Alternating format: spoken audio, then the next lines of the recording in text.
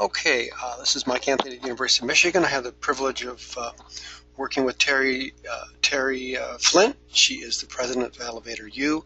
Um, there was a question that came about in our industry from someone someone from Tennessee who had questions about what the requirement might be for elevator standby power, backup power, emergency power. There's many different ways. I should tell you, Terry, that that confusion originated with IEEE, but that much said. So we've gone back and we look at, and we're trying to fix that, but let me tell you, that's not easy. Different conceptions of what emergency standby. I use backup because it comprises both backup and emergency power. In our industry, we say generator power. Generator, okay, I like that.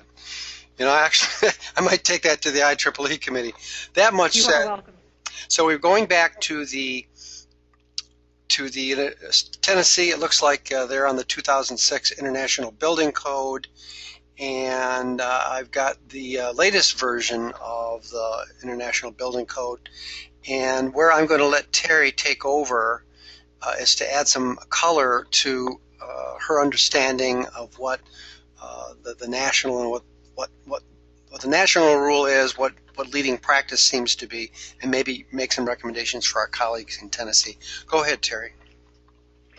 Yeah, so with generator power as it applies to elevator operation, the A17.1 code does not require elevators be on generator power.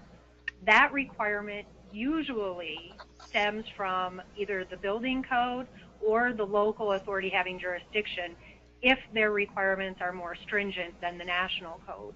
So the gentleman asking the question about elevators being required to be on generator power, his best place to go to start to find his answer would be to his authority having jurisdiction, finding out what is driving their building code requirements. If an elevator does have generator power, then the elevator code A17.1 has very specific operational requirements during generator power operation. And if anybody has any questions about that, I'm glad to talk to you. I can tell you what's enforced in Michigan. I can tell you what the national code says.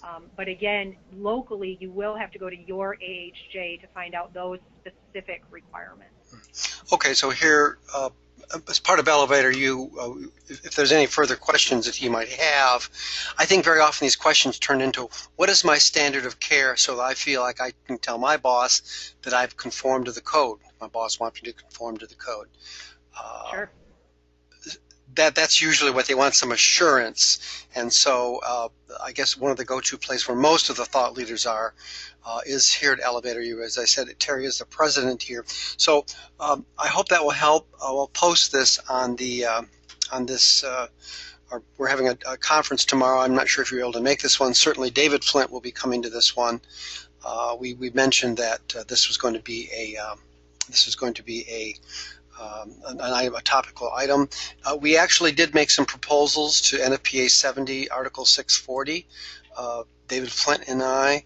There's nothing we were able to do right here, but you should be aware, and I think I'll post those proposals somewhere, maybe on this blog post. So, anything else do you want to add? I thought the idea of one of the sensitive areas, Terry, is how you deal with the ADA, the access the egress requirements when you have people with that have special needs for getting out of a building. How is that handled around the country? The ADA standard requires that you make reasonable accommodations, and what's reasonable is can be up for debate, I suppose, but accommodations can be anything from an office on the egress landing to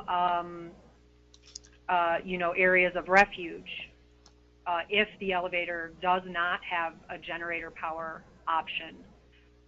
And again, as we talked about before, in a 2- or 3-story building with only one elevator, adding a generator could be cost prohibitive.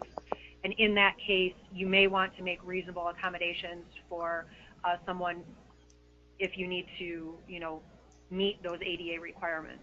So that would mean, for example, on a stairwell that you there's extra fire safety materials put in a landing. There's sometimes they have a telephone. A cabinet with some supplies in it, yeah. Yeah, I get that. Flashlight, a blanket, those those types of things. All depends upon the reliability of the power system there, and often that has to be that's very often that is site specific. So, okay, Terry, thanks very much for your time.